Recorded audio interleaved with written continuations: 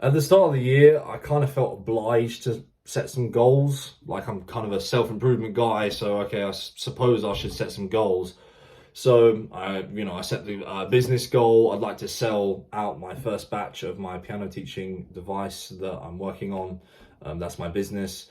Or fitness goals. I'd like to, do my cut and have a six pack for summer. Those sorts of things. But I always feel resistance to setting those goals. It never feels as intuitive as the other self-improvement practices. And rather than being like, oh, well, that's just something wrong with me, then I like to analyze things and understand the root cause of the feeling, because usually that's intuition trying to tell you something, which led to the realization that the reason that I have resistance to setting these goals is primarily fear-based. The fear that I won't actually fulfill the goal, so I might as well just not set the goal. And the reason that there is fear there is because there's really limited information you can get within a goal itself, within an end result, before you then have to add more detail to it. And then when you add more detail to it, you realize, oh, actually, the goal is only this. What really matters, rather than getting to here, is all the stuff that comes before that. And this is the process. And this is the whole point of this video. It's about the process, right? And how understanding your process, your values, if you're on autopilot, what are you doing? Those things are so much more important. Getting this right will get you here, but just having this is like, right, okay, this is here, but this goal is here. That, like, how do I get there? And so this year I also set some values for myself, which I'll get to later. But I feel like those have been working much better for me, and though they stay in my mind a lot more, and they've actually been giving me, it's only 2 weeks into the year, but I feel like it's been giving me more than what just thinking about my goals would have given me. And making sure the process actually happens is really important. It's really important that you make that process enjoyable as well. Otherwise, you're not going to get there. And it's not to say you don't work, but you have to optimize that process for you and refine things down and see what is working for you, what's not working for you, and what's sustainable as well. I don't know if you've heard the little story. The man that walks the furthest is the man that enjoys the walk, not the man that enjoys the destination.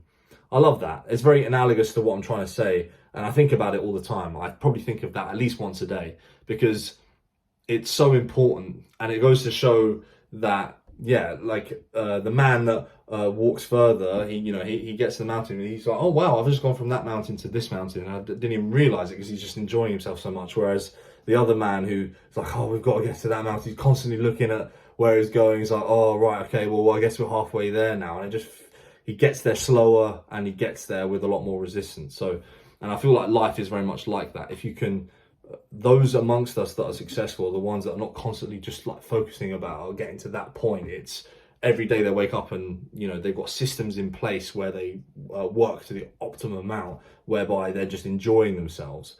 I'll give you a very good example of this and how it's changed, how I've changed. And YouTube is actually the thing. So I've been on YouTube now for 13 years. Right, long time. I know. This is not my first channel. I had a channel beforehand where I used to make comedy videos, right? I used to make funny videos, did that for a very long time. And by the end of it, I was like, right, I do want to be a YouTuber. This is going to happen. And, I'm aged like 18, 19 sort of at this point. And I used to force myself, like squeeze my brain for weeks to try and think of one idea, and it would finally come out, and I put loads of effort into it. I didn't enjoy it, to be honest, because I was just so focused. Like, I want to be famous, I wanted all the status of being a YouTuber, and like, yeah, I'm gonna make this happen. And then the video would go out and it wouldn't perform, and I'd be so focused on how the views and likes of that video were, to the point where I'd be like, I don't want to do this anymore. I can't keep this up. And eventually, like, I had to like give up because I was so focused on the end result and really wasn't enjoying the process, and like didn't really want to do it for the process. I was just the 99% of it, which was actually doing it, was kind of the inconvenience. I just wanted that one bit where I'd see like the view count and the you know, the appreciation from other people. But now that's completely changed. That whole process for me has completely transformed. I now have this channel, I make these videos, I talk about what I want to talk about, right, which is self-improvement. That's all I really think about most of the time anyway. So ideas are constantly flowing out of my head. I don't have to try. Like this is effortless. Like all of this stuff is stuff I was thinking anyway. I might as well just relay it on here. Other people might as well benefit from what I've been thinking about. And you know, I film it in a way that's effortless for me. I went to film school. I know how to like I've got a 6K Blackmagic camera. Like if I wanted like super high quality video, I could do it. But what I like about this is I just whack my phone here and I can just speak. I don't have to edit. It's just effortless. I made the whole process enjoyable for me. And now the videos I put out, yeah, fine. You know, some of them do well, some of them don't. That's okay, but that's okay though, because like I enjoy the process so much. Like and of course, like I think, you know, to say I'm completely detached from the outcome is not true, because like when things go well, it's enjoyable. When not so, it's not so enjoyable. But at the end of the day, I've optimized for the process. And I've said, if I'm going to do something like this, the actual work is 99% of it. The recognition and the views and all the rest of it is such a small part. So I have to actually enjoy this bit. And now that's how I can consistently upload. Even whilst I'm like the busiest I've ever been, I can still do this because, yeah, I've optimized the process for for me to still work, but with the least resistance. And so this was one of the first things that I realized making that shift would positively impact. And now it's just into all aspects of my life. And this is why I would recommend you have to fall in love with self-improvement, right? If you want this to happen, really, because it's going to be many hours of every day. So unless you enjoy reading the books, unless you enjoy going to the gym and stuff, it's really going to be tricky. I love going to the gym, for example. I've optimized the gym. So like, for example, the time I want to go to the gym is when I feel the most cooped up at the end of the day. I work from home. I work from here. So I feel a bit cooped up at this time of day. And then, so I've scheduled in, I'm going to the gym at the end of the day. I love the drive there. I love listening to the music. I love being around the people. I love lifting the weights. I come back, and that's how I'm able to just consistently go. So, you know, if you go to the gym and you hate it, then okay, fine. But what exercise do you like doing? Try this, try that. Maybe it's a sport. Whatever it is that you're going to enjoy and doing the work enough, the process of doing it, then the results will come. But yeah, I definitely think that's very important. I actually enjoy self-improvement so much to the point where I've never heard anyone say this, but I'm going to say this. Self-improvement is my hobby, right? I've got my business, I've got my work and stuff, but self-improvement is like, I read, like when I go to bed, I read self-improvement books. If I'm not doing that, I'm thinking of self-improvement stuff for myself, and then that usually translates into a video. All I want to do, all I want to talk about. I have a friend called Mattis. He reached out to me through YouTube.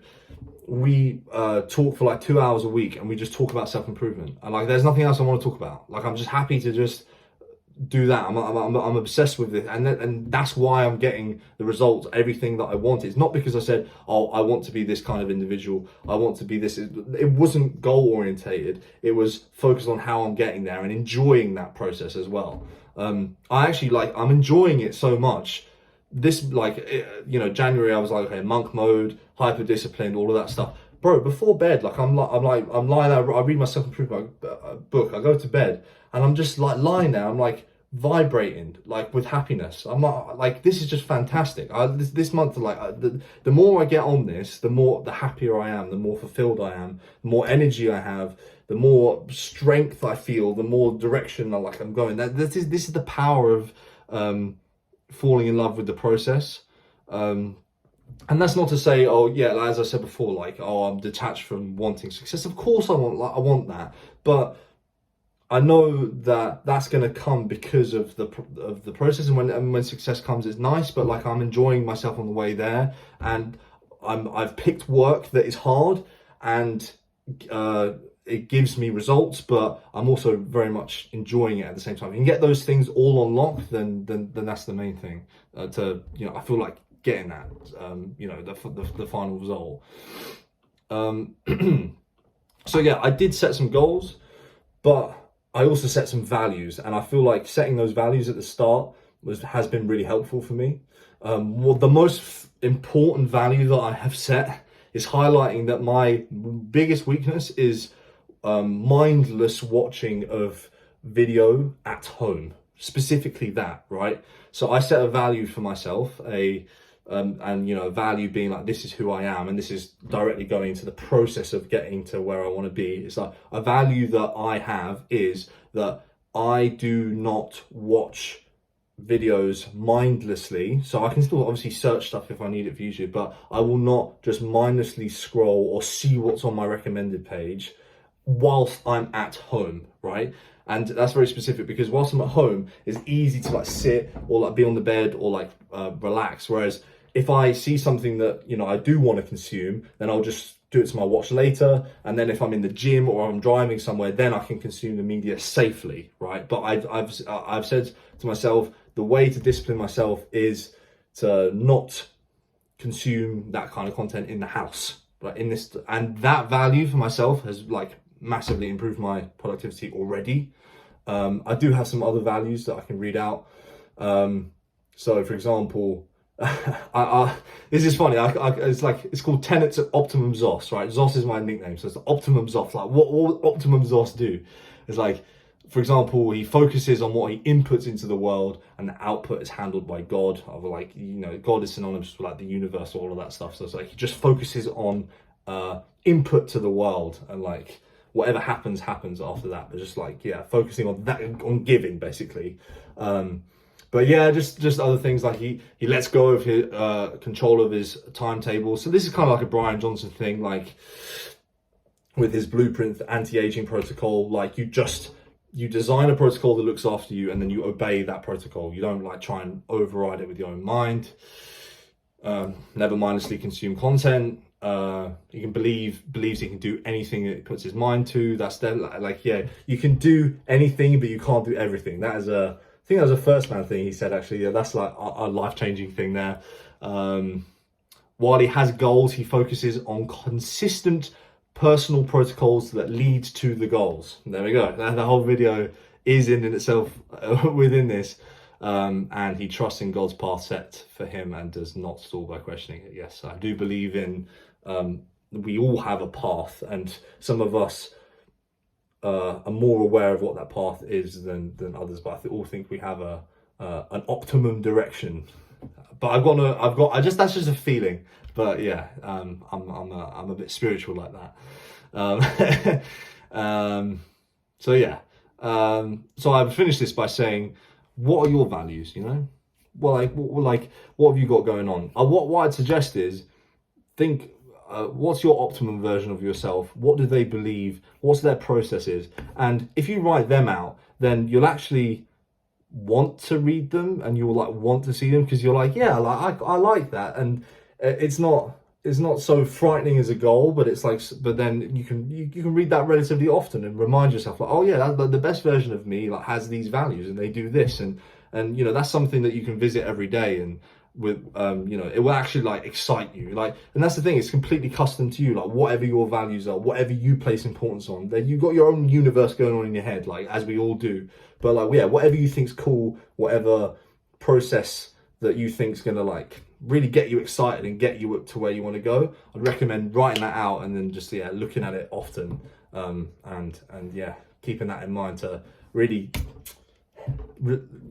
take off the resistance of this long and treacherous path.